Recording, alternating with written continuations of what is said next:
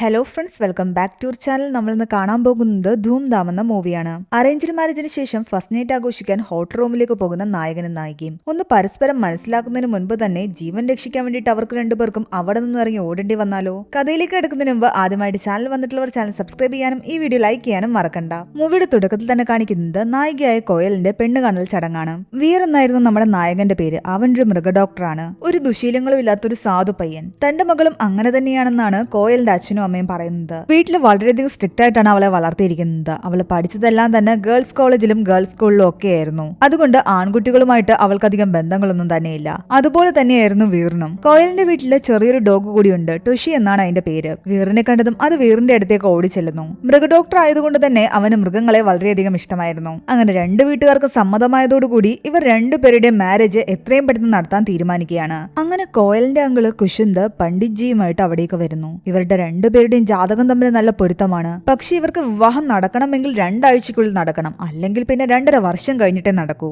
2.5 വർഷമൊന്നും wait ചെയ്യാൻ പറ്റില്ല എന്ന് കോയലിന്റെ വീട്ടുകാർ പറയുന്നു. അതുകൊണ്ട് എത്രയും പെട്ടെന്ന് വിവാഹത്തിനുള്ള ഒരുക്കങ്ങൾ അവർ ആരംഭിച്ചു. അപ്പോഴും കോയലും വീറും തമ്മിൽ അധികമൊന്നും സംസാരിച്ചിട്ട് പോലുമില്ല. വീർ കോയലിനെ പറ്റി കൂടുതൽ അറിയുന്നത് അവളുടെ സോഷ്യൽ മീഡിയയിൽ നിന്നാണ്. അവളുടെ ഫോട്ടോയ്ക്ക് എല്ലാം തന്നെ അവൻ ലൈക്ക് ചെയ്യുന്നുണ്ട്. തിരിച്ച് അവളും അവന്റെ സോഷ്യൽ മീഡിയ പ്രൊഫൈൽ എല്ലാം തന്നെ നോക്കുന്നു. എൻഗേജ്മെന്റ് ഒരുക്കങ്ങൾ നടക്കുന്നതിനിടയ്ക്കും ഫാമിലി എപ്പോഴും ഇവരുടെ കൂടെയുണ്ട്. അത് കാരണം ഇവർക്കൊന്നും തന്നെ സംസാരിക്കാൻ പോലും പറ്റുന്നുണ്ടായിരുന്നില്ല. എന്നാൽ പുറത്തെവിടെയെങ്കിലും വെച്ച് കണ്ട് സംസാരിക്കാമെന്ന് വിചാരിച്ചിട്ട് കാണാൻ തീരുമാനിക്കുമ്പോഴും ഫാമിലി അവരുടെ കൂടെ ചെല്ലും. അങ്ങനെ പരസ്പരം ഒരു രീതിയിലും മനസ്സിലാക്കാതെയാണ് അവരുടെ വിവാഹത്തിലേക്ക് കടന്നിരിക്കുന്നത്. ഫോൺ വിളിക്കുമ്പോൾ പോലും അവൾ എടുക്കുന്നതിന് മുമ്പേ അവളുടെ വീട്ടുകാരാ കോൾ അറ്റൻഡ് ചെയ്തിട്ട് അവനോട് സംസാരിക്കാൻ തുടങ്ങി. അങ്ങനെ ഒരു ദിവസം അവളുടെ വീട്ടിലേക്ക് കൊടുക്കാൻ കുറെ ഗിഫ്റ്റ്സ് എല്ലാം വാങ്ങാൻ വേണ്ടിയിട്ട് വീർ ഒരു ഷോപ്പിംഗ് മാളിലേക്ക് വരുന്നു. അവിടെ വെച്ച് അവളുടെ അങ്കിളായ കുശ്വന്തിനെ അവൻ കാണുകയും ചെയ്യുന്നുണ്ട്. അയാൾ ചെറിയ എന്തോ ഒരു ടെൻഷനിലായിരുന്നു. പെട്ടെന്ന് തന്നെ അവനോട് സംസാരിച്ചിട്ട് അവിടെ നിന്നും പോവുകയും ചെയ്തു. അവൻ അവിടെ നിന്ന് ഗിഫ്റ്റ്സ് ആയിട്ട് നേരെ പോകുന്നത് കോയലിന്റെ അടുത്തേക്കാണ്. വീട്ടിലാകട്ടെ എല്ലാവരും തന്നെയുണ്ട്. ആ ഗിഫ്റ്റ്സ് എല്ലാം തന്നെ കോയലിന്റെ അമ്മയുടെ കയ്യിൽ അവൻ കൊടുക്കുന്നു. കോയലിനോട് സംസാരിക്കാന്ന് വിചാരിച്ചു കഴിഞ്ഞാൽ അവളാകട്ടെ ഡ്രസ്സ് സെലക്ട് ചെയ്തുകൊണ്ടിരിക്കുകയാണ്. അവളുടെ കൂട്ടുകാരി കനിക വന്ന് പറയുന്നുണ്ട്, കല്യാണത്തിന് മുമ്പ് വിവാഹവേഷത്തില് നീ പെൺകുട്ടിയെ കാണാൻ പാടില്ല എന്ന്. അതുകൊണ്ട് എത്രയും പെട്ടെന്ന് ഇവിടെ നിന്ന് പോയിക്കൊള്ളാൻ. അവൾക്ക് വേണ്ടിയിട്ട് അവൻ കുറച്ച് പൂവ് കൊണ്ടുവന്നിട്ടുണ്ടായിരുന്നു. എന്നാൽ അവൾക്ക് ലില്ലി ഫ്ലവേഴ്സ് ഒന്നും തന്നെ ഇഷ്ടമല്ല എന്നാണ് കനിക പറയുന്നത്. അതാകട്ടെ ആ വീട്ടിലെ നായ സുഷി വന്ന് എടുത്തുകൊണ്ട് പോവുകയും ചെയ്യുന്നുണ്ട്. പിന്നീട് ഇവർ കാണുന്നതാകട്ടെ കല്യാണത്തിന്റെ എന്നും. അങ്ങനെ ഗംഭീരമായിട്ട് കല്യാണം എല്ലാം കഴിഞ്ഞു. അവരുടെ ഫസ്റ്റ് നൈറ്റ് ഒരുക്കിയിരുന്നത് വലിയൊരു ഹോട്ടൽ റൂമിലായിരുന്നു. അങ്ങനെ രണ്ടുപേരും റൂമിലെത്തി പരസ്പരം ഒന്ന് സംസാരിക്കാൻ വേണ്ടി തുടങ്ങിയാണ്. വീറിനാകട്ടെ ആകെ നാണം വരുന്നുണ്ടായിരുന്നു. കല്യാണം കഴിഞ്ഞെങ്കിലും ഇതുവരെയും അവളോട് മര്യാദയ്ക്കൊന്നും സംസാരിച്ചിട്ട് പോലുമില്ല. അതിനിടയ്ക്ക് കോയലിന് അവളുടെ വീട്ടിൽ നിന്നും കോള് വരുന്നു. അവരുടെ നായ സുഷിക്ക് 2 ദിവസമായിട്ട് വയറ്റിൽ നിന്ന് പോകുന്നില്ല എന്ന് പറഞ്ഞിട്ട് വീറിനോട് അതിനെപ്പറ്റി ചോദിക്കാൻ. എന്നാൽ അവൾ വീട്ടുകാരോട് പറയുന്നുണ്ട്, ഫസ്റ്റ് നൈറ്റിൽ തന്നെ ഞാൻ എന്റെ ഹസ്ബൻഡിനോട് തന്റെ നായയുടെ മോഷനെ പറ്റി സംസാരിക്കണമെന്ന് ചോദിക്കുന്നു. അതും പറഞ്ഞിട്ട് അവൾ പെട്ടെന്ന് ഫോൺ വെച്ചു. ഇതെല്ലാം തന്നെ വീർ കേൾക്കുന്നുണ്ടായിരുന്നു.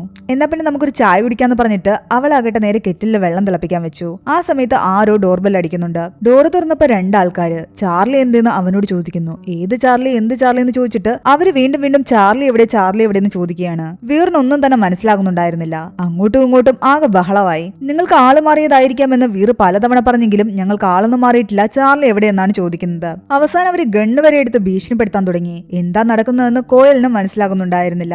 സംഭവം സീരിയസ് ആണെന്ന് മനസ്സിലായതും ഇവരെ രണ്ടുപേരുടെ കയ്യിൽ നിന്നും രക്ഷപ്പെടാൻ വേണ്ടിയിട്ട് അവളാകട്ടെ തിളച്ചുകൊണ്ടിരുന്ന വെള്ളം എടുത്ത് അവരുടെ ദേഹത്തേക്ക് ഒഴിക്കുന്നു. അവരുടെ കയ്യിൽ നിന്ന് വീണ തോക്കെടുത്ത് ചൂണ്ടി അവരെ പേടിപ്പിച്ച് പുറത്താക്കിയ ശേഷം അവൾ ഡോർ ലോക്ക് ചെയ്തു. അവരാകട്ടെ ഡോർ ചവിട്ടി പൊളിക്കാനുള്ള ശ്രമത്തിലായിരുന്നു. എത്രയും പെട്ടെന്ന് ഇവിടെ നിന്ന് രക്ഷപ്പെടണമെന്ന് വിചാരിച്ചിട്ട് ഇവിടെ നിന്ന് രക്ഷപ്പെടാൻ വേണ്ടിയിട്ട് അവൾ ബാൽക്കണി വഴി ഇറങ്ങാൻ ശ്രമിക്കുകയായിരുന്നു. എന്നാൽ വീറിന് അതൊക്കെ കണ്ടിട്ട് പേടിയാകാൻ തുടങ്ങി. പുറത്തുള്ള ആൾക്കാരെ നോക്കുമ്പോൾ ഇവർ രക്ഷപ്പെടാൻ ശ്രമിക്കുന്നതും കാണുന്നു. അവരെങ്ങനെയൊക്കെയോ കഥക് ചവിട്ടി പൊളിച്ചു. ആ നേരം കൊണ്ട് എങ്ങനെയൊക്കെയോ കോയില് വീറിനെ പറഞ്ഞ് സമാധാനിപ്പിച്ച് ആ ബാൽക്കണി വഴി അവനെ അപ്പുറത്തെ റൂമിലേക്ക് കടത്തി. അവിടെ ഉണ്ടായിരുന്ന ആൾ കുളിക്കുകയായിരുന്നു. അയാളുടെ ഒരു ജാക്കറ്റും ചെരുപ്പൊക്കെ എടുത്തുകൊണ്ട് അവരവിടെ നിന്ന് ഓടി രക്ഷപ്പെടുന്നു. ലിഫ്റ്റിലേക്ക് കയറിയപ്പോ വീറ് പറയുന്നുണ്ട്, തനിക്ക് ക്ലോസ്ട്രോഫോബിയ ഉണ്ട്, അടഞ്ഞ സ്ഥലങ്ങളിൽ ഇരിക്കാൻ പറ്റില്ല എന്ന്. ഇതൊക്കെ കേട്ട് കോയലിന് ദേഷ്യം വരുന്നുണ്ടായിരുന്നു. അവിടെ നിന്നും പുറത്തേക്ക് ഇറങ്ങി കാർ പാർക്കിങ്ങിന്റെ അടുത്തേക്ക് വന്നപ്പോഴാകട്ടെ അത്രയും ധൃതിയിൽ വന്നിട്ട് പോലും അയാൾ എല്ലാ കാര്യങ്ങളും നോക്കിയാണ് കാർ എടുക്കുന്നത്. സീറ്റ് ബെൽറ്റ് ധരിക്കണം, മിറർ ശരിയാക്കി വെക്കണം, അങ്ങനെ ഓരോരോ കാര്യങ്ങളും പറയുന്നു. ഇത് കണ്ടപ്പോ കോയലിന്റെ ദേഷ്യം കൂടിക്കൊണ്ടേയിരിക്കുകയാണ്. ഈ നേരത്തും ഇതെല്ലാം നോക്കിക്കൊണ്ട് നിൽക്കാതെ മര്യാദയ്ക്ക് കാർ എടുത്ത് പോകാനാണ് അവൾ പറയുന്നത്. ആ സ്ട്രേഞ്ചേഴ്സ് 2 പേരും കാർ തടയാൻ ശ്രമിച്ചെങ്കിലും അവൾ പറഞ്ഞ പ്രകാരം ബാക്കിലേക്ക് എടുത്ത കാരണം അവരെങ്ങനെയൊക്കെയോ അവിടെ നിന്നും രക്ഷപ്പെട്ടു പോയി. പക്ഷെ ആ സ്ട്രേഞ്ചേഴ്സ് വീണ്ടും അവരുടെ പിറകെ ചേസ് ചെയ്ത് വരുന്നുണ്ടായിരുന്നു. എന്നാൽ വീറാകട്ടെ കാറിന്റെ സ്പീഡ് 60-ൽ കൂട്ടാനേ തയ്യാറാകുന്നില്ല. ഇങ്ങനെ പോയി കഴിഞ്ഞാൽ അവന്മാര് നമ്മളെ പിടിക്കുമെന്ന് പറഞ്ഞിട്ട് അവൾ അവനെ വഴക്ക് പറയാൻ തുടങ്ങി. ആ ചേസിങ്ങിനിടയിലും റെഡ് ലൈറ്റ് കാണുമ്പോൾ അവൻ നിർത്തുന്നുണ്ടായിരുന്നു. ഇതെല്ലാം കണ്ടിട്ട് ദേഷ്യം വന്നിട്ട് അവളാകട്ടെ നേരെ അവന്റെ മടിയിലേക്ക് കയറിയിരിക്കുന്നു. എന്നിട്ട് വണ്ടിയുടെ ഫുൾ കൺട്രോളും അവളുടെ കയ്യിലാക്കി. പിന്നീട് അവൾ ആ വണ്ടിയുടെ സ്പീഡ് കൂട്ടുന്ന കണ്ടിട്ട് എല്ലാവരും പേടിച്ചുപോയി. ആ വണ്ടി റിവേഴ്സിലാണ് അവൾ കൊണ്ടുപോയിക്കൊണ്ടിരിക്കുന്നത്. അവൾ റേസ് ചെയ്യുന്ന കണ്ടിട്ട് ആ സ്ട്രേഞ്ചേഴ്സ് പോലും പകച്ചുപോയി. നിനക്കിതൊക്കെ എങ്ങനെ അറിയാമെന്ന് വീറ് ചോദിക്കുമ്പോ അവള് പറയുന്നുണ്ട്, ഞാൻ രാത്രിയിൽ അച്ഛനും അമ്മയും അറിയാതെ റേസിങ്ങിന് പോകുമായിരുന്നു എന്ന്. 7:30 വീടിനുള്ളിൽ കയറണമെന്നാണല്ലോ നിന്റെ അച്ഛന്റെ അമ്മയുടെ റൂള്. പിന്നെ ഇതൊക്കെ എങ്ങനെ ചെയ്യുമെന്ന് ചോദിക്കുമ്പോ അവള് പറയുന്നുണ്ട്, അതൊക്കെ ഞാൻ കള്ളം പറയും, അല്ലെങ്കിൽ വീട്ടുകാർ കാണാതെ മതിൽ ചാടി പോകുമെന്ന്. അവളുടെ വീട്ടുകാർ പറയുന്ന പോലെ അത്ര സാധു പെൺകുട്ടിയൊന്നും അല്ല അവളെന്നുള്ള കാര്യം വീറിന് മനസ്സിലായി. ആ സമയത്ത് അവർക്ക് പ്രദീപ് എന്ന് പറയുന്ന ഒരാളുടെ കോള് വരുന്നു. അയാളും ചോദിക്കുന്നത് ചാർലി എവിടെയെന്നായിരുന്നു. കോയലിന്റെയും വീറിന്റെയും ഫാമിലീസ് ഉള്ള ഗസ്റ്റ് ഹൗസിലായിരുന്നു ഈ പ്രദീപ് ഉണ്ടായിരുന്നത്. ചാർലി എവിടെയെന്ന് പറഞ്ഞില്ലെങ്കിൽ നിങ്ങൾ രണ്ടുപേരുടെയും ഫാമിലിയെ ഞങ്ങൾ ഉപദ്രവിക്കുമെന്ന് പറഞ്ഞിട്ടാണ് അയാൾ ഭീഷണിപ്പെടുത്തുന്നത് തന്നെ. ഈ ചാർലി ആരാണെന്നും എന്താണെന്നൊന്നും തനിക്കറിയില്ല എന്നാണ് വീറ് പറയുന്നത്. വീറിന്റെ കൂട്ടുകാരനാണെന്ന് പറഞ്ഞിട്ടാണ് പ്രദീപ് അവിടെ കയറി കൂടിയിരിക്കുന്നത്. പോലീസിന്റെ അടുത്ത് പോകാമെന്ന് നിങ്ങൾ വിചാരിക്കേ വേണ്ട. അങ്ങനെ ചെയ്തു കഴിഞ്ഞാൽ നിങ്ങളുടെ ഫാമിലിയെ നിങ്ങൾ മറന്നേക്ക്. ഇതെല്ലാം കേട്ട് ദേഷ്യം വന്ന് കോയലാകട്ടെ ഫോൺ വാങ്ങി അയാളെ കുറെ ചീത്ത വിളിക്കുന്നു. അവളുടെ വായിൽ നിന്ന് അത്രയും ചീത്ത വേർഡ്സ് ഒക്കെ കേൾക്കുന്നതോടുകൂടി വീറിന്റെ കിളി പോയ അവസ്ഥയായിരുന്നു. അവരെ ഫോളോ ചെയ്യുന്ന സ്ട്രേഞ്ചേഴ്സ് കാണാതെ ഒരിടത്ത് ഒളിച്ചായിരുന്നു അവർ വണ്ടി നിർത്തിയിരുന്നത്. അവിടെ നിന്ന് വണ്ടി എടുത്ത് നേരെ പോലീസ് സ്റ്റേഷനിലേക്ക് പോകാനായിരുന്നു അവരുടെ തീരുമാനം. എന്നാൽ പുറത്തേക്ക് ഇറങ്ങിയതും ആ സ്ട്രേഞ്ചേഴ്സിന്റെ വണ്ടി വന്ന് ഇവരെ ഇടിക്കുന്നു. രണ്ടുപേരെ അവർ കൈയോടെ പിടികൂടുകയും അവരുടെ വണ്ടിയുടെ ഡിക്കിയിലിട്ട് കൊണ്ടുപോവുകയും ചെയ്യുന്നു. വീറ് പറയുന്നുണ്ട് തനിക്ക് ക്ലോസ്ട്രോഫോബിയാണ്, ശ്വാസം മുട്ടു എന്നൊക്കെ. എന്നാൽ അവരതൊന്നും കേൾക്കുന്നുണ്ടായിരുന്നില്ല. അവരെയും ഡിക്കിയിലിട്ടുകൊണ്ട് ആ സ്ട്രേഞ്ചേഴ്സ് കുറെ ദൂരം പോയി.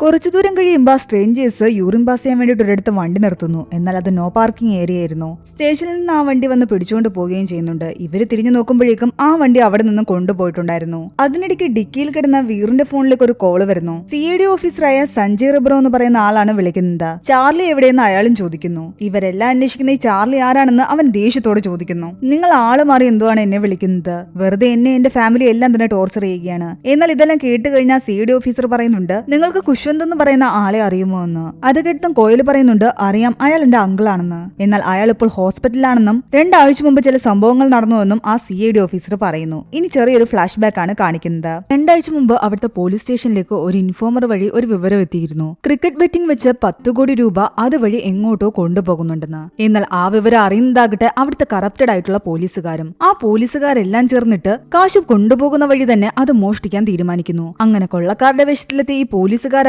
കടത്തിക്കൊണ്ടുപോയ കാശ് വഴിയിൽ വെച്ച് മോഷ്ടിക്കുന്നു.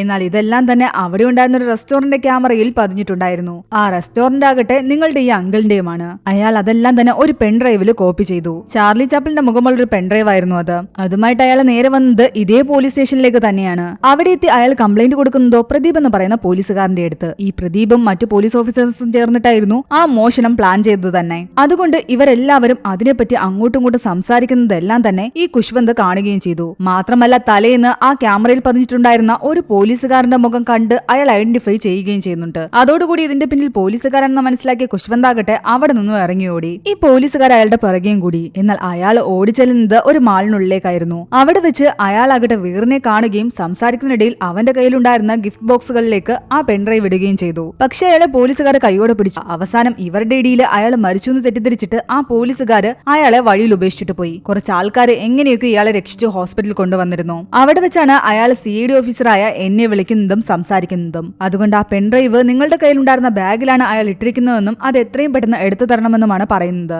എന്നാൽ ആ ബാഗെല്ലാം തന്നെ താൻ കോയലിന് കൊടുത്തുവെന്ന് വീറ് പറയുന്നു. പക്ഷെ കോയലാകട്ടെ അത് തന്റെ ഫ്രണ്ട്സിനെല്ലാം തന്നെ കൊടുത്തിരുന്നു. ഗിഫ്റ്റ് ബോക്സുകളല്ലേ, അതെല്ലാം തന്നെ മറ്റുള്ളവർക്ക് കൊടുക്കാനുള്ളതാണ്. 4 കവർ ഉണ്ടായിരുന്നതിൽ 4 അവൾ 4 ഫ്രണ്ട്സിന് കൊടുത്തു. അത് ഓരോന്നും ഇനി എവിടെയാണെന്ന് കണ്ടെത്തണം. അതിനുള്ളിൽ നിന്ന് പെൻഡ്രൈവും കണ്ടെത്തണം. എത്രയും പെട്ടെന്ന് നിങ്ങളത് കണ്ടെത്തി കൊണ്ടുവരണമെന്നാണ് ആ CID ഓഫീസർ അവരോട് പറയുന്നത്. അപ്പോഴേക്കും അവർ കിടന്നിരുന്ന കാറാകട്ടെ ക്രെയിൻ ഉപയോഗിച്ച് വലിച്ചുകൊണ്ട് സ്റ്റേഷന്റെ പരിസരത്ത് കൊണ്ടിട്ടിരുന്നു. അതിൽ നിന്നും ഇറങ്ങിയ അവരാകട്ടെ എത്രയും പെട്ടെന്ന് ആ ബാഗ്സ് കണ്ടെത്തണമെന്നും അതിലുള്ള പെൻഡ്രൈവ് കണ്ടെത്തണമെന്നുള്ള ഒറ്റ ലക്ഷ്യത്തിൽ അവിടെ നിന്നും തിരിച്ചു. അവരെ ഫോളോ ചെയ്ത് വന്നിരുന്ന സ്ട്രേഞ്ചേഴ്സ് ആകട്ടെ ഡിക്കിലേക്ക് ഇടുന്നതിന് മുമ്പ് അവർ രണ്ടുപേരുടെയും കൈകൾ തമ്മിൽ വിലങ്ങ് വെച്ചിട്ടുണ്ടായിരുന്നു. അതുമായിട്ടാണ് അവരിങ്ങനെ പോകുന്നത്. തന്റെ കയ്യിലുണ്ടായിരുന്ന 4 ബാഗിൽ ഒരെണ്ണം താൻ തന്റെ ഫ്രണ്ട് കനികയ്ക്കാണ് കൊടുത്തതെന്ന് അവൾ പറയുന്നു. അവളുടെ വീട്ടിലും വീറിനോടും എല്ലാരോടും തന്നെ ആ കനിക പറഞ്ഞിരുന്നത് അവൾ ഒരു എൻജോയിലാണ് ജോലി ചെയ്യുന്നതെന്നാണ്. എന്നാൽ കോയൽ അവനെ കൂട്ടിക്കൊണ്ടു പോകുന്നത് DJ പാർട്ടി നടക്കുന്നിടത്തേക്കായിരുന്നു. യഥാർത്ഥത്തിൽ കനിക ഒരു DJ ആയിരുന്നു. എത്രത്തോളം കള്ളങ്ങളെ നിങ്ങളിങ്ങനെ പറഞ്ഞിരിക്കുന്നതെന്ന് വീർ അവളോട് ചോദിക്കുമ്പോൾ അവൾ പറയുന്നുണ്ട്, ഞങ്ങളുടെ സ്വപ്നങ്ങൾ സാക്ഷാത്കരിക്കണമെങ്കിൽ ഞങ്ങളിങ്ങനെ കള്ളങ്ങൾ പറഞ്ഞെങ്കിലേ പറ്റൂ, അല്ലാതൊന്നും നേരായ വഴിയെ ഞങ്ങൾക്ക് കിട്ടാറില്ല. എന്തിനും ഏതിനും റെസ്ട്രിക്ഷൻസ് ആണ്. കല്യാണത്തിന് മുമ്പ് പേരൻസിന്റെ റൂൾസ് ഫോളോ ചെയ്യണം. കല്യാണം കഴിഞ്ഞിട്ട് ഭർത്താവിന്റെ അവരുടെ വീട്ടുകാരുടെ റൂൾസ് ഫോളോ ചെയ്യണം. കല്യാണം കഴിഞ്ഞ ഉടനെ പ്രഗ്നന്റ് ആകണം. പ്രഗ്നന്റ് ആയി പെൺകുഞ്ഞാണ് ഉണ്ടാകുന്നതെങ്കിൽ വീണ്ടും വീണ്ടും കുട്ടികളെ ഉണ്ടാക്കണം. അങ്ങനെ മറ്റുള്ളവരുടെ ആഗ്രഹങ്ങൾ സാധിക്കുന്നതിനിടയിൽ ഞങ്ങളുടെ ജീവിതത്തെ പറ്റിയോ ഞങ്ങളുടെ ഡ്രീംസിനെ പറ്റിയോ ആർക്കും തന്നെ ഒരു ചിന്തയുമില്ല. അപ്പോൾ ഇങ്ങനെ കള്ളം കള്ളങ്ങൾ പറഞ്ഞിട്ട് പലതും ചെയ്യേണ്ടി വരും. ഇതെല്ലാം കേട്ടിട്ട് വീർ ഒന്നും മിണ്ടാതെ തന്നെ നിൽക്കുകയായിരുന്നു. കൂട്ടി അവള് നേരെ DJ നടക്കുന്ന അടുത്തേക്ക് എത്തി. കനികയെ വിളിച്ചുകൊണ്ടുപോയി മാറ്റി നിർത്തി അവൾ സംസാരിക്കുന്നുണ്ട്. തങ്ങൾ തമ്മിൽ പ്രശ്നത്തിൽപ്പെട്ടിരിക്കുകയാണെന്നും ആ ബാഗ് എത്രയും പെട്ടെന്ന് വേണമെന്നും പറയുന്നു. എന്നാൽ താൻ തന്റെ ഒരു ഫ്രണ്ടിന് അത് കൊടുത്തു എന്നാണ് അവൾ പറയുന്നത്. ആ ഫ്രണ്ട് ആരാണെന്ന് ചോദിച്ചിട്ട് കനിക ഒന്നും തന്നെ മിണ്ടുന്നുണ്ടായിരുന്നില്ല. പലതവണ കോയൽ ചോദിക്കുമ്പോൾ അവൾ അവസാനം പേര് പറയുന്നു. ആര്യ എന്നാണ് അവൾ പേര് പറയുന്നത്. അത് കേട്ടുന്ന ദേഷ്യത്തിൽ കോയലാകട്ടെ അവളെ അടിക്കാൻ തുടങ്ങി. ഇവർക്കിടയിൽ എന്താ പ്രശ്നമെന്ന് വീറിന് പോലും മനസ്സിലാകുന്നുണ്ടായിരുന്നില്ല. ഒരു വിധത്തിൽ അവരെ രണ്ടുപേരെയും പിടിച്ചു മാറ്റിയിട്ടാണ് വീർ അവളെ അവിടെ നിന്നും കൂട്ടിക്കൊണ്ടു പോകുന്നത്. അങ്ങനെ കോയൽ നേരെ പോകുന്നത് ആര്യ എന്ന് പറയുന്ന ആ ഫ്രണ്ടിന്റെ വീട്ടിലേക്കാണ്. അത് അവളുടെ എക്സ് ബോയ് ഫ്രണ്ട് ആയിരുന്നു. അവൾക്കൊരു എക്സ് ഉള്ളത് പോലും വീറിന് അറിയത്തില്ലായിരുന്നു. ഇതൊക്കെ എന്താ നീ പറയാഞ്ഞെന്ന് ചോദിക്കുമ്പോൾ വീറിനോട് അവൾ പറയുന്നുണ്ട്, കല്യാണത്തിന് മുമ്പ് മര്യാദയ്ക്കൊന്നും സംസാരിക്കാൻ പോലും പറ്റിയില്ല, പിന്നെ എങ്ങനെ ഇതൊക്കെ പറയുന്നതെന്ന്. അങ്ങനെ ആര്യയുടെ വീട്ടിനുള്ളിലേക്ക് അവൾ കയറി ചെന്നതും ആര്യ വിചാരിക്കുന്നുണ്ട് വീറിനെ മടുത്തിട്ട് അവൾ തന്റെ അടുത്തേക്ക് തിരിച്ചു വന്നതാണെന്ന്. എന്നാൽ അതൊന്നും മൈൻഡ് ചെയ്യാതെ കോയൽ നേരെ അവന്റെ റൂമിലേക്ക് കയറി പോകുന്നു. അവൾ ഓരോരുത്തേക്കും കയറി പോകുന്ന കാണുമ്പോൾ വീറിന് മനസ്സിലാകുന്നുണ്ട് ഇവൾ ഇവിടെ പലതവണ വന്നിട്ടുണ്ടെന്ന്. കനിക ആര്യയ്ക്ക് കൊടുത്ത ബാഗ്സ് പരിശോധിക്കുമ്പോൾ അതിലൊന്നും തന്നെ പെൻഡ്രൈവ് ഉണ്ടായിരുന്നില്ല. ആര്യ കോയിലിനെ ചീറ്റ് ചെയ്തതുകൊണ്ടാണ് കോയിൽ അവനുമായിട്ടുള്ള എല്ലാ റിലേഷൻഷിപ്പും വേണ്ടാന്ന് വെച്ചത് തന്നെ. നിനക്ക് ഇവനെ വേണ്ടെങ്കിൽ ഇവനെ ഡിവോഴ്സ് ചെയ്തിട്ട് എന്റെ കൂടെ വരാൻ വീണ്ടും ആര്യ അവളോട് പറയുന്നുണ്ട്. എന്നാൽ അവൻ ഇടിയും കൊടുത്തിട്ടാണ് അവൾ അവിടെ നിന്നും ഇറങ്ങി പോകുന്നത്. പുറത്തു വന്നിരുന്ന് അവൾ ഒരുപാട് കരയുന്നുണ്ട്, തന്നെ അവൻ ചതിച്ചതിന്റെ പേരില്. എന്നാൽ വീറാകട്ടെ അവളെ ഓരോ കാര്യങ്ങൾ പറഞ്ഞിട്ട് ആശ്വസിപ്പിക്കാൻ തുടങ്ങി. അവിടെ നിന്നും പുറത്തേക്ക് ഇറങ്ങിയ അവരെ ഫോളോ ചെയ്ത് ആ സ്ട്രേഞ്ചേഴ്സ് വീണ്ടും വന്നിട്ടുണ്ടായിരുന്നു, ചാർലി എവിടെയെന്ന് ചോദിച്ചുകൊണ്ട്. ആ സമയത്ത് അതുവഴി ഒരു കല്യാണ പാർട്ടിയുടെ ആൾക്കാർ വരുന്നത് കൊണ്ട് തന്നെ തൽക്കാലം അതിന്റെ ഇടയിലൂടെ ഇവർ രണ്ടുപേരും ഓടി രക്ഷപ്പെടുന്നു. വഴിയിൽ ഒരു കള്ളനാകട്ടെ സൈക്കിൾ മോഷ്ടിക്കാൻ വേണ്ടിയിട്ട് അതിന്റെ ലോക്ക് കട്ട് ചെയ്യുന്നുണ്ടായിരുന്നു. അയാളുടെ അടുത്ത് പോയി ഹെൽപ്പ് ചോദിച്ചിട്ട് തങ്ങളുടെ കയ്യിലുണ്ടായിരുന്ന വിലങ്ങും അവർ കട്ട് ചെയ്യിക്കുന്നു. അവിടെ നിന്ന് അവർ ഓടിക്കയറുന്നത് കൺസ്ട്രക്ഷൻ നടക്കുന്ന ഒരു ബിൽഡിംഗിലേക്കായിരുന്നു. അവിടുത്തെ സെക്യൂരിറ്റിയോട് പറയുന്നുണ്ട് തങ്ങൾ ഇന്റർകാസ്റ്റ് മാരേജ് ചെയ്തതുകൊണ്ട് തങ്ങളുടെ വീട്ടുകാരെ തങ്ങളെ ഫോളോ ചെയ്ത് വരികയാണെന്ന്, അതുകൊണ്ട് തൽക്കാലം ഞങ്ങൾ ഇവിടെ ഒളിച്ചിരുന്നോട്ടെ എന്ന്. അങ്ങനെ ആ സെക്യൂരിറ്റിയും ഭാര്യയും ചേർന്നിട്ട് അവരെ ഹെൽപ്പ് ചെയ്യുന്നു. സെക്യൂരിറ്റിയുടേത് അറേഞ്ച്ഡ് മാരേജ് ആയിരുന്നു. കല്യാണം കഴിക്കുന്ന സമയത്ത് രണ്ടുപേർക്കും പരസ്പരം അറിയില്ല. എന്നാൽ പതിയെ പതിയെ അവർ പ്രണയിക്കാൻ ആരംഭിച്ചു, പരസ്പരം മനസ്സിലാക്കാൻ ആരംഭിച്ചു. ഇപ്പോഴും അവർ പ്രണയിച്ചുകൊണ്ടേയിരിക്കുകയാണ്. അങ്ങനെ ഒരു സക്സസ്ഫുൾ മാരേജ് എങ്ങനെ കൊണ്ടുപോകണമെന്നൊക്കെ അവർ ഓരോന്ന് പറഞ്ഞുകൊണ്ടിരിക്കുകയാണ്. അതെല്ലാം തന്നെ കേട്ട് പരസ്പരം അങ്ങോട്ടും ഇങ്ങോട്ടും നോക്കിയാണ് നമ്മുടെ വീറും കോയലും. അപ്പോഴേക്കും ഇവരുടെ പുറകെ ഉണ്ടായിരുന്ന ആ രണ്ടുപേര് അവിടെ വന്നിട്ട് ഇതുവഴി ഒരു പയ്യനും പെണ്ണും പോകുന്ന കണ്ടോന്ന് ചോദിക്കുന്നുണ്ട്. ഇതുവഴിയെങ്ങും വന്നില്ല എന്ന് ആ സെക്യൂരിറ്റി പറഞ്ഞെങ്കിലും അവർക്ക് വിശ്വാസമായില്ല. അവർ ആ സൈഡിലെല്ലാം തന്നെ പരിശോധിക്കുന്നുണ്ടായിരുന്നു. ആ സമയം കൊണ്ട് വീറും കോയിലും ആ ബിൽഡിങ്ങിന്റെ മുകളിലേക്ക് കയറി. എന്നാൽ വീറിന് ഹൈറ്റും പേടിയായിരുന്നു. തനിക്ക് ക്ലോസ്ട്രോഫോബിയ അക്രോഫോബിയ ഒക്കെ ഉണ്ടെന്ന് പറയുന്നത് കേട്ടിട്ട് അവൾ അവനോട് ചോദിക്കുന്നുണ്ട് തനിക്ക് ഇല്ലാത്ത രോഗം എന്തെങ്കിലും ഉണ്ടോന്ന്. എല്ലാത്തിനും പേടിയാണ്. ഇങ്ങനെ പേടിച്ചോണ്ടിരുന്നു കഴിഞ്ഞാൽ ജീവിതകാലം മുഴുവൻ പേടിക്കത്തേ ഉള്ളൂ. പേടി ഓവർകം ചെയ്യണമെങ്കിൽ ചെയ്യാൻ പേടിയുള്ള കാര്യങ്ങൾ പതിയെ പതി ചെയ്തു പഠിക്കണം. അന്ന് ന്യൂ ഇയർ രാത്രി ആയതുകൊണ്ട് തന്നെ എല്ലായിടത്തും ആഘോഷങ്ങളായിരുന്നു. നീ അവിടെ പേടിച്ചിരുന്നു കഴിഞ്ഞാൽ ഇതെല്ലാം തന്നെ നീ മിസ്സാക്കുമെന്ന് പറഞ്ഞിട്ട് തന്റെ കൈ അവന്റെ നേരെ അവൾ നീട്ടുന്നു. ഒരു വിധത്തിൽ ധൈര്യം സംഭരിച്ച് അവളുടെ കയ്യിൽ പിടിച്ചിട്ട് അവൻ അടുത്തേക്ക് വന്നു നിൽക്കുന്നു. ഇത്രയും മനോഹരമായ ദൃശ്യങ്ങളായിരുന്നു അത്. താൻ പേടിച്ച് മാറിയിരുന്നെങ്കിൽ ഇതെല്ലാം മിസ്സാക്കിയേനെ. എന്നാൽ ഈ പടക്കത്തിന്റെ സൗണ്ട് ഒക്കെ കേട്ടിട്ട് നായ്ക്കളെല്ലാം പേടിച്ച് ഓടിയിട്ടുണ്ടാകുമെന്ന് അവൻ പറയുന്നുണ്ട്. മൃഗങ്ങൾ ആരെയും ജഡ്ജ് ചെയ്യാറില്ല. അങ്ങോട്ട് സ്നേഹം കൊടുത്തു കഴിഞ്ഞാൽ തിരിച്ചു അതുപോലെ സ്നേഹം തരും. അവനിങ്ങനെ ഓരോന്ന് പറയുന്ന കേട്ട് പതിയെ പതിയെ അവനോടൊരു ചെറിയ ഇഷ്ടമൊക്കെ തോന്നാൻ തുടങ്ങിയിരുന്നു കോയലിന്. ഇവിടെ ഇങ്ങനെ നിന്നിട്ട് കാര്യമില്ല, പെൺഡ്രൈവ് എങ്ങനെയെങ്കിലും കണ്ടെത്തണമെന്ന് അവർ ചിന്തിച്ചുകൊണ്ടിരിക്കുകയാണ്. അവള് രണ്ടാമത്തെ ബാഗ് കൊടുത്തത് സണ്ണി എന്ന് പറയുന്ന ഒരാൾക്കാണ്. ബാച്ചിലർ പാർട്ടി നടക്കുന്ന സമയത്ത് അവിടെ കുറച്ച് ബോധം ഉണ്ടായിരുന്നത് അവന് മാത്രമാണ്. അവനാണ് ഞാൻ ആ ബാഗ് കൊടുത്തത്. ഇനി അവനെ കണ്ടുപിടിച്ചെങ്കിലേ പറ്റൂ. ഗേൾസിന്റെ ബാച്ചിലർ പാർട്ടിയുടെ നൃത്തം ചെയ്യുന്ന വ്യക്തിയായിരുന്നു ഈ സണ്ണി. പക്ഷെ അവർ സംസാരിച്ചുകൊണ്ട് നിൽക്കുമ്പോഴേക്കും അവരെ ഫോളോ ചെയ്ത് വന്ന രണ്ടുപേരും അവിടേക്ക് വരികയും അവരെ പിടിക്കാൻ ശ്രമിക്കുകയും ചെയ്യുന്നുണ്ട്. എങ്ങനെയൊക്കെ അവരുടെ കണ്ണു വെട്ടിച്ച് അവിടെ നിന്ന് അവർ ഓടി രക്ഷപ്പെടുന്നു. അതിനിടയിലാകട്ടെ അവളുടെ കാലിന് നല്ലപോലെ പരുക്ക് പറ്റിയിട്ടുണ്ടായിരുന്നു. രക്തം വരാൻ തുടങ്ങുന്നത് കണ്ടതും അവൾ പേടിക്കാൻ തുടങ്ങി. ബാക്കി ഒന്നിനെ അവൾക്ക് പേടിയില്ല. രക്തം വരുന്ന കണ്ടിട്ട് അവൾ പേടിക്കുന്ന കണ്ടിട്ട് റിലാക്സ് ആയി ഇരിക്കാൻ വീർ പറയുന്നു. അവർ ഓടിക്കേറിയത് ഒരു ട്രെയിനിനുള്ളിലേക്കാണ്. അവിടെ ഉണ്ടായിരുന്ന ആൾക്കാരുടെ കയ്യിൽ നിന്നും പല സാധനങ്ങളും വാങ്ങിയിട്ട് അവളുടെ മുറിവ് വെച്ച് കെട്ടാൻ അവൻ ശ്രമിക്കുകയാണ്. അങ്ങനെ അവർ നേരെ സണ്ണിയുടെ സ്ഥലത്തെത്തി. സണ്ണിയോട് കാര്യങ്ങൾ പറയുന്നുണ്ട്. എന്നാൽ സണ്ണി പറയുന്നു ആ ബാഗ് തന്റെ വീട്ടിലിരിക്കുകയാണ്. ഇവിടെ ഒരു ബാച്ചിലർ പാർട്ടി നടക്കുകയാണ്. എനിക്കിവിടെ നിന്നും വീട്ടിൽ പോയി സാധനം എടുത്തുകൊണ്ട് വരാൻ പറ്റില്ല. ഇവിടെ പെർഫോമർ ആയിട്ട് ഞാൻ മാത്രമേ ഉള്ളൂ, വേറെ പയ്യന്മാരാരുമില്ല. എന്നാൽ തങ്ങൾക്ക് ഏത് വിധേന ആ ബാഗ് കിട്ടിയേ പറ്റുമെന്നാണ് വീറും കോയലും പറയുന്നത്. നീ വീട്ടിൽ പോയി ആ ബാഗ് എടുത്തിട്ട് വരുന്നിടം വരെ ഞാൻ ഇവിടെ പെർഫോം ചെയ്യാമെന്ന് വീറ് പറയുന്നുണ്ട്. കോയൽ അവനോട് ഒന്നുകൂടി ചോദിക്കുന്നു, നീ ആലോചിച്ചിട്ടാണോ ഈ പറയുന്നതെന്ന്. അതൊക്കെ താൻ നോക്കിക്കോളാമെന്നാണ് വീറ് പറയുന്നത്. അവനങ്ങനെ പറഞ്ഞത് കാരണം സണ്ണി ആ ബാഗ് എടുക്കാൻ വേണ്ടിട്ട് അവന്റെ വീട്ടിലേക്ക് പോയി. അവിടെ ആകട്ടെ ലേഡീസ് എല്ലാം തന്നെ പ്രശ്നം ഉണ്ടാക്കുകയായിരുന്നു പെർഫോമൻസ് തുടങ്ങാത്തത് കാരണം. അങ്ങനെ വീർ അവിടെ ചെന്ന് കുറച്ചേരം സംസാരിക്കുകയൊക്കെ ചെയ്യുന്നുണ്ട്. എന്നാൽ സംസാരമൊന്നും വേണ്ട, നീ അങ്ങോട്ട് ഡാൻസ് കളിക്കുകയെന്നാണ് അവർ പറയുന്നത്. അവൻ ചെറിയ രീതിയിലൊക്കെ ഡാൻസ് കളിക്കാൻ തുടങ്ങി. അവനെ കൊണ്ട് അതൊന്നും തന്നെ പറ്റുന്നുണ്ടായിരുന്നില്ല. എന്നാൽ കോയിൽ പറയുന്നു, നീ ആ കുർത്തയുടെ ബട്ടണൊക്കെ ഊരി കുറച്ചു നേരം എന്തെങ്കിലുമൊക്കെ കാണിക്കാൻ. അങ്ങനെ അവൻ കുർത്തയുടെ ബട്ടണൊക്കെ ഊരി. കുറച്ചു കഴിയുമ്പോൾ ആ ഗേൾസ് എല്ലാം കൂടി അവനെ പിടിച്ചിട്ട ശേഷം അവന്റെ ഡ്രസ്സുകൾ ഓരോന്നായിട്ട് അഴിക്കാൻ തുടങ്ങി. അവൻ ഷർട്ട്ലെസ് ആയി നിൽക്കുന്ന കണ്ടിട്ട് ശരിക്കും കോയിൽ പോലും ഞെട്ടിപ്പോയി. അവൻ അത്രയും നല്ല ഫിറ്റ് ബോഡി ഉണ്ടെന്ന് കോയിൽ പോലും അപ്പോഴാണ് അറിയുന്നത്. അങ്ങനെ കുറച്ചു നേരം കഴിഞ്ഞപ്പോഴേക്കും വീറിന്റെ നാണം എല്ലാം പോയി. അവൻ നല്ല പോലെ അവിടെ നിന്ന് ഡാൻസ് കളിക്കാൻ തുടങ്ങി. ആ ലേഡീസിനെ എല്ലാം തന്നെ അവൻ കയ്യിലെടുത്തു. അവന്റെ ഡാൻസിൽ അവർ വീഴുകയും ചെയ്തു. അങ്ങനെ ഷർട്ടും പാന്റും ഒന്നും ഇല്ലാതെ അവന്റെ ഇന്നറിൽ നിന്ന് അവൻ ഡാൻസ് കളിക്കുകയായിരുന്നു. ഇതൊക്കെ കണ്ടിട്ട് കോയലിന് ശരിക്കും അസൂയ തോന്നാൻ തുടങ്ങി. ആ ഗേൾസ് എല്ലാം തന്നെ അവനെ ടച്ച് ചെയ്യുന്നത് പോലും അവൾക്ക് ഇഷ്ടപ്പെടാതെയായി. എന്തായാലും കുറച്ചു കഴിഞ്ഞപ്പോഴേക്ക് സണ്ണി അവിടേക്ക് വന്നു. ബാക്കി കാര്യങ്ങളെല്ലാം അവൻ മാനേജ് ചെയ്തു. എന്നാൽ അവൻ കൊണ്ടുവന്ന ബാഗിൽ നിന്നും അവർക്ക് ആ പെൻഡ്രൈവ് കിട്ടുന്നില്ല. ഇനിയിപ്പം വേറെ ആരുടെ കയ്യിലായിരിക്കും ആ ബാഗ് ഉണ്ടായിരിക്കുന്നതെന്ന് അവൾ ചിന്തിക്കാൻ തുടങ്ങി. സണ്ണിയോട് ചോദിക്കുമ്പോൾ സണ്ണി പറയുന്നുണ്ട് ആ കൂട്ടത്തിൽ കുറച്ചെങ്കിലും ബോധം ഉണ്ടായിരുന്നത് ആ കണ്ണാടി വെച്ച പെൺകുട്ടിക്കായിരുന്നു. അവള് മദ്യപിച്ചിട്ടില്ല. അവളുടെ കയ്യിൽ നീ ഒരു ബാഗ് കൊടുക്കുന്നത് ഞാൻ കണ്ടു. അവളോട് പോയി ചോദിക്കാനാണ് അവൻ പറയുന്നത്. അതും കോയലിന്റെ ഒരു ഫ്രണ്ട് ആയിരുന്നു. അതുകൊണ്ട് തന്നെ കോയലും വീറും ചേർന്നിട്ട് ആ പെൺകുട്ടിയുടെ വീട് തിരക്കി പോയി. പോകുന്ന വഴിയിൽ അവന്റെ ബോഡിയെ പറ്റിയൊക്കെ അവൾ സംസാരിക്കുന്നുണ്ട്. എന്നാൽ വീറ് പറയുന്നുണ്ട് നമ്മൾ ഒരിക്കലും ഒരുമിച്ച് ജീവിക്കണമെന്ന് എനിക്ക് ഒരു നിർബന്ധവുമില്ല. നിനക്ക് ഈ ബന്ധത്തിൽ താല്പര്യമില്ലെങ്കിൽ ഡിവോഴ്സിന് പോലും ഞാൻ തയ്യാറാണ്. ഡിവോഴ്സ് കഴിഞ്ഞാലും നമുക്ക് നല്ല ഫ്രണ്ട്സ് ആയിട്ടിരിക്കാം. അതൊക്കെ നമുക്ക് ആലോചിക്കാമെന്നാണ് അവൾ പറയുന്നത്. അങ്ങനെ അവൾ നേരെ ആ ഫ്രണ്ടിന്റെ വീട്ടിലെത്തി. അവളോട് ആ ബാഗ് എടുത്തുകൊണ്ട് വരാൻ പറയുന്നു. ആ പെൺകുട്ടി MBBS പഠിക്കുന്ന സ്റ്റുഡന്റ് ആയിരുന്നു. വീറ് പഠിച്ച അതേ കോളേജിൽ തന്നെയാണ് ആ പെൺകുട്ടിയും പഠിക്കുന്നത്. വീറിനെ പോലൊരു ക്യാരക്ടർ തന്നെയായിരുന്നു അവളുടേതും. കോളേജിനെ പറ്റിയും അവിടെ പുറത്ത് ലഭിക്കുന്ന ഫുഡിനെ പറ്റിയൊക്കെ അവർ വാദോരാതെ സംസാരിക്കാൻ തുടങ്ങി. രണ്ടുപേർക്കും ഒരേ വൈബ് തന്നെ. ഇവരിങ്ങനെ സംസാരിച്ചിരിക്കുന്ന കണ്ടിട്ട് ശരിക്കും കോയലിന് ദേഷ്യം വരുന്നുണ്ട്. കാരണം ആ ഫ്രണ്ട് ആകട്ടെ വീറിന് പറ്റിയ പെൺകുട്ടി തന്നെയായിരുന്നു. അവളുടെ കയ്യിലുണ്ടായിരുന്ന ബാഗിലും പെൻഡ്രൈവ് ഇല്ലാന്ന് കണ്ടപ്പോൾ പെട്ടെന്ന് തന്നെ അവൾ അവിടെ നിന്നും ഇറങ്ങി. ഇനിയിപ്പോ ബാക്കിയുള്ളത് കോയലിന്റെ വീട്ടിലിരിക്കുന്ന ബാഗാണ്. അത് കിട്ടണമെങ്കിൽ കോയലിന്റെ വീട്ടിലേക്ക് പോകണം. അവിടെ നിന്നും പുറത്തേക്ക് ഇറങ്ങി കഴിയുമ്പോൾ കോയൽ അവനോട് പറയുന്നുണ്ട് കുറച്ച് നേരമായിട്ട് നീ അവളോട് വലിയ കാര്യത്തിൽ സംസാരിക്കുന്നുണ്ടായിരുന്നല്ലോ, ഇനി അതൊന്നും വേണ്ട എന്ന്. വേറെ ഏതെങ്കിലും പെൺകുട്ടിയുടെ മുഖത്ത് നോക്കി അറിഞ്ഞു കഴിഞ്ഞാൽ നിന്നെ ഞാൻ തീർത്ത് കളയുമെന്നും പറയുന്നു. ശരിക്കും കോയലിന് വീറിനോട് ഇഷ്ടം തോന്നാൻ തുടങ്ങിയിരുന്നു. പക്ഷെ അപ്പോഴേക്കും വേറെ വണ്ടിയിൽ വന്ന രണ്ടാൾക്കാരാകട്ടെ അവളെ അവിടെ നിന്നും പിടിച്ചുകൊണ്ടുപോകുന്നു. രക്ഷിക്കാൻ വീറ് പുറകെ ഓടിയെങ്കിലും അവനെ കൊണ്ട് സാധിച്ചില്ല. ആ സമയത്ത് അവരെ നേരത്തെ ഫോളോ ചെയ്തുകൊണ്ടിരുന്ന ആ രണ്ടുപേരും അവിടേക്ക് വരുന്നു. അവരുമായിട്ട് വീറ് വഴക്കുണ്ടാക്കാൻ തുടങ്ങി. അപ്പോഴാണ് അവനൊരു കാര്യം മനസ്സിലാക്കുന്നത്. അവരെ ഇത്രയും നേരം ഫോളോ ചെയ്തുകൊണ്ടിരുന്ന ഈ രണ്ടുപേരുടെ ആൾക്കാരല്ല നമ്മുടെ കോയലിനെ പിടിച്ചുകൊണ്ട് പോയിരിക്കുന്നത്. അത് വേറേതോ ഗ്യാങ് ആണ്. ശരിക്കും ഈ രണ്ടുപേരാണ് യഥാർത്ഥ CID ഓഫീസേഴ്സ്. വീറിനെ നേരത്തെ വിളിച്ച ആളായിരുന്നു. വീറിനെ നേരത്തെ CID എന്നും പറഞ്ഞ് വിളിച്ചതാകട്ടെ ആ പോലീസ് സ്റ്റേഷനിൽ ഈ മോഷണത്തിനെല്ലാം തന്നെ പ്ലാൻ ഇട്ടിരുന്ന പോലീസ് ഓഫീസറുമായിരുന്നു. ആ പോലീസ് സ്റ്റേഷനിൽ നടന്ന കാര്യങ്ങളെല്ലാം തന്നെ ഒരു സ്പൈ വഴിയാണ് ഈ CID ഓഫീസേഴ്സ് അറിഞ്ഞത് തന്നെ. മാത്രമല്ല ക്രൈം നടത്തുന്ന പോലീസ് ഓഫീസേഴ്സിന്റെ ഫോൺ കോൾസ് എല്ലാം തന്നെ ടാപ്പ് ചെയ്യുന്നതിലൂടെ അവർ മനസ്സിലാക്കിയിരുന്നു ആ തെളിവടങ്ങുന്ന പെൻഡ്രൈവ് ആകട്ടെ വീറിന്റെ കയ്യിലാണുള്ളതെന്ന്. പക്ഷെ ആ കോള് ക്ലിയർ അല്ലാത്ത കാരണം ഈ CID ഓഫീസേഴ്സ് വിചാരിക്കുന്നത് വീറും ആ ക്രൈമിൽ ഇൻവോൾവ് ആയിട്ടുള്ള ആളാണെന്ന്. അതുകൊണ്ടാണ് അവനെ ഫോളോ ചെയ്ത് വന്നതും ആ ചാർലി പെൻഡ്രൈവിനെ പറ്റി ഇവർ ചോദിച്ചതും. എല്ലാം ഒരു തെറ്റിദ്ധാരണയുടെ പുറത്ത് സംഭവിച്ചതാണ്. ക്രൈമിൽ ഉൾപ്പെട്ട പോലീസുകാർ കുഷ്വന്തിന്റെ ആ ഷോപ്പിൽ പോയിട്ട് അവിടെ ഉണ്ടായിരുന്ന ഹാർഡ് ഡിസ്ക് മുഴുവൻ നശിപ്പിച്ചിരുന്നു. ഇനി ബാക്കി തെളിവുള്ളത് ഈ ഒരു പെൻഡ്രൈവിൽ മാത്രമാണ്.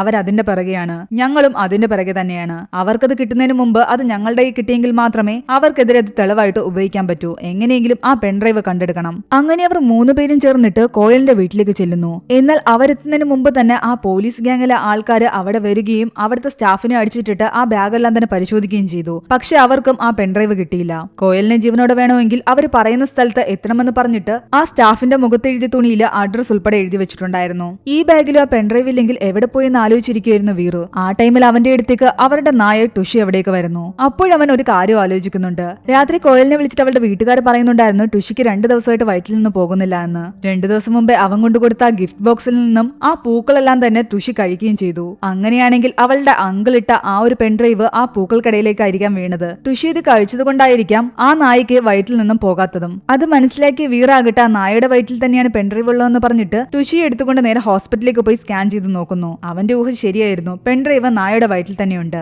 വയറിളകാൻ വേണ്ടിയിട്ടുള്ള മരുന്നും അവൻ കൊടുക്കുന്നു. അപ്പോഴേക്ക് നേരം വെളുത്തിട്ടുണ്ടായിരുന്നു. കോയലിന്റെയും വീറിന്റെയും വീട്ടുകാരെ ആ പ്രദീപ് എന്ന പോലീസുകാരൻ തടങ്കലിൽ വെച്ചിരിക്കുകയാണ്. എഴുന്നേറ്റ് പോയി കഴിഞ്ഞാൽ ഷൂട്ട് ചെയ്യുന്നു പറഞ്ഞ് പേടിപ്പിച്ച് നിർത്തിയിരിക്കുന്നു. എന്നാൽ തന്റെ വീട്ടുകാരെ എത്രയും പെട്ടെന്ന് രക്ഷപ്പെടുത്തണമെന്ന് വീറാകട്ടെ CID ഓഫീസേഴ്സിനോട് പറഞ്ഞ പ്രകാരം CID ഓഫീസേഴ്സിന്റെ വേറെ കുറച്ച് ആൾക്കാർ അവിടെ പോവുകയും അവരെ രക്ഷപ്പെടുത്തുകയും ചെയ്യുന്നു. ഇനിയിപ്പോൾ അവർക്ക് നേരെ പോകേണ്ടത് കോയലിന്റെ അടുത്തേക്കാണ്. പെൻഡ്രൈവ് കൊടുത്തു കഴിഞ്ഞാൽ കോയലിനെ വെറുതെ വിടും. അങ്ങനെ അവർ നേരെ ടുഷിയെ എടുത്തുകൊണ്ട് കോയലിനെ അവർ കടത്തിക്കൊണ്ടുപോയി വെച്ചിരിക്കുന്ന സ്ഥലത്തേക്ക് പോകുന്നു. ഈ CID ഓഫീസേഴ്സ് തങ്ങളുടെ എല്ലാ കാര്യങ്ങളും ഒരു കണ്ടെയ്നറിനുള്ളിൽ നിന്നാണ് ഓപ്പറേറ്റ് ചെയ്യുന്നത്. പോകുന്നതിന് മുമ്പ് വീറിന്റെ പോക്കറ്റിലേക്ക് അവർ ഒരു പെൺകൂടി വെച്ചു കൊടുക്കുന്നുണ്ട്. അതിൽ ക്യാമറ ഉണ്ടായിരുന്നു. അവിടെ നടക്കുന്ന എല്ലാ കാര്യങ്ങളും തങ്ങൾക്ക് കാണാൻ പറ്റുമെന്നും കൂടുതൽ തെളിവുകൾ ഉണ്ടാക്കാൻ പറ്റുമെന്നും ആ CID ഓഫീസേഴ്സ് പറയുന്നു. മാത്രമല്ല എന്തെങ്കിലും ഇഷ്യൂ വരുവാണെങ്കിൽ ഇതിനുള്ളിലുള്ള മൈക്കിലൂടെ നീ ഞങ്ങളെ വിവരം അറിയിച്ചാൽ മതി. അങ്ങനെ സുഷിയും കൂട്ടിയിട്ട് വീർ അവിടേക്ക് ഇറങ്ങി. പക്ഷെ അവൻ അവിടെ നിന്ന് ഇറങ്ങിക്കഴിയുമ്പോഴാണ് മറ്റൊരു കണ്ടെയ്നർ ഈ കണ്ടെയ്നറിന്റെ അടുത്തേക്ക് കൊണ്ടുപോയി ഇടുന്നത്. ഇനി ആ CID ഓഫീസേഴ്സ് വിചാരിച്ചാൽ പോലും അവർക്ക് അതിൽ നിന്ന് പുറത്തേക്ക് ഇറങ്ങാൻ പറ്റില്ലായിരുന്നു. അവരതൊന്നും ശ്രദ്ധിക്കാതെയാണ് അതിനുള്ളിൽ ഇരിക്കുന്നത്. വീർ ആ ബിൽഡിങ്ങിനുള്ളിലേക്ക് ചെന്ന് കഴിയുമ്പോൾ അവിടെ ഒരിടത്തായിട്ട് കോയലിന്റെ അങ്കിളിനെ അവർ കെട്ടിത്തൂക്കിയിട്ടുണ്ട്. കോയലിനെ ഒരു വാനിനുള്ളിൽ കൈ കൂട്ടിക്കെട്ടിയിട്ടിരിക്കുന്നു. പെൻഡ്രൈവ് എവിടെയെന്ന് അവർ ചോദിക്കുമ്പോൾ അവൻ നടന്ന കാര്യങ്ങളൊക്കെ പറയുന്നുണ്ട്. പെൻഡ്രൈവ് നായയുടെ വയറ്റിനുള്ളിലാണെന്ന് പറയുന്നു. എന്നാ പിന്നെ നായയുടെ വയറ് കീറാമെന്നാണ് അവര് പറയുന്നത്. അതൊന്നും വേണ്ട, താൻ മരുന്ന് കൊടുത്തിട്ടുണ്ട്, കുറച്ചു നേരത്തിനുള്ളിൽ പെൺഡ്രൈവ് താന് പുറത്തേക്ക് വരുമെന്ന് അവൻ പറഞ്ഞെങ്കിലും അതൊന്നും അവര് കേൾക്കുന്നില്ല. അവനെ അടിച്ച് താഴിട്ടിട്ട് നായയെ പിടിക്കാൻ അവർ ഓടുകയായിരുന്നു. വേറെ വഴിയില്ലാതെ മൈക്കിലൂടെ ആ CD ഓഫീസേഴ്സിനെ അവൻ വിവരം അറിയിച്ചു. എന്നാൽ അവർക്കാകട്ടെ പുറത്തിറങ്ങാൻ പറ്റാതെ അവിടെ കുടുങ്ങിക്കിടക്കുകയാണ്. എന്തെങ്കിലും ചെയ്യണമെങ്കിൽ വീർ തന്നെ ചെയ്തെങ്കിലേ പറ്റൂ. വീറിനെ അടിക്കുന്ന കണ്ടിട്ട് അവരെ കോയലും കുറെ തെറി വിളിക്കുന്നുണ്ട്. ഇത് കേട്ടിട്ട് അവര് കോയലിനെ അടിക്കുന്നു. കോയലിന്റെ ദേഹത്ത് കൈവച്ചത് വീറിന് ഒട്ടും ഇഷ്ടപ്പെട്ടില്ല. അവൻ തന്റെ ധൈര്യമെല്ലാം സംഭരിച്ചിട്ട് അവരോട് ഫൈറ്റ് ചെയ്യാൻ ആരംഭിച്ചു. അവൻ നേരത്തെ മാർഷ്യൽ ആർട്സ് ഒക്കെ പഠിച്ചിട്ടുണ്ടായിരുന്നു. എന്നാൽ ആൾക്കാരുമായിട്ട് വഴക്കുണ്ടാക്കാൻ താല്പര്യമില്ലാത്ത കാരണമാണ് അവൻ അതൊന്നും തന്നെ പ്രയോഗിക്കാതിരുന്നത്. അവസരം വന്നപ്പോ അവൻ അതെല്ലാം പ്രയോഗിക്കാൻ തുടങ്ങി. കുറച്ചുപേരെ അടിച്ചിട്ടിട്ട് അവൻ പോയി കോയലിന്റെ കയ്യിലെ കെട്ടഴിക്കുന്നു. പക്ഷെ അപ്പോഴേക്കും ഒരുപാട് ആൾക്കാർ അവന്റെ ചുറ്റും കൂടി. അവനും ഒരുപാട് അടി കിട്ടി. കോയൽ ഒരു സൈഡിലൂടെ അവനെ രക്ഷിക്കാൻ ശ്രമിച്ചു. അവിടെ അങ്ങോട്ടും ഇങ്ങോട്ടും ആകെ തല്ലായിരുന്നു. കുറച്ചുനേരം കഴിയുമ്പോഴേക്കും ആ CD ഓഫീസേഴ്സ് എങ്ങനെയൊക്കെയോ പുറത്തിറങ്ങി അവിടേക്ക് വരികയും ഇവരെ രക്ഷിക്കുകയും ചെയ്തു. അവരുടെ നായിക്കും ഒന്നും തന്നെ പറ്റിയില്ല. എന്തായാലും ഈ ഒരു ഇഷ്യോട് കൂടി കോയലിനെ ശരിക്കും വീറിനെ ഇഷ്ടപ്പെട്ടു. ഇനി അവന്റെ കൂടെ ജീവിക്കാൻ തന്നെയാണ് അവൾ തീരുമാനിക്കുന്നത്. അതുപോലെ തന്നെ വീറിനും അവളോട് ഇഷ്ടം തോന്നാൻ തുടങ്ങിയിരുന്നു. പോലീസുകാര് നായയുടെ വയറ്റിൽ നിന്നും ആ പെൺഡ്രൈവ് കണ്ടെടുക്കുകയും ചെയ്യുന്നുണ്ട്. ഇവർ രണ്ടുപേരും അവരുടെ ഹണിമൂൺ ആഘോഷിക്കാൻ വേണ്ടിയിട്ട് വീണ്ടും ഹോട്ടലിലേക്ക് പോവുകയും ചെയ്യുന്നു. വീണ്ടും അവർ പരസ്പരം സംസാരിച്ചുകൊണ്ടിരിക്കുന്ന സമയത്ത് ആരോ വന്ന് കോളിംഗ് ബെല്ലടിക്കുന്നു. രണ്ടുപേരും പേടിച്ച് പരസ്പരം നോക്കുന്നിടത്താണ് ഈ ഒരു മൂവി അവസാനിക്കുന്നത്. ഈ മൂവിയുടെ സ്റ്റോറി എങ്ങനെയുണ്ടായിരുന്നു നിങ്ങൾ താഴെ കമന്റ് ചെയ്യുക. എക്സ്പ്ലനേഷൻ ഇഷ്ടപ്പെട്ടെങ്കിൽ വീഡിയോ ലൈക്ക് ചെയ്യാനും ചാനൽ സബ്സ്ക്രൈബ് ചെയ്യാനും മറക്കണ്ട.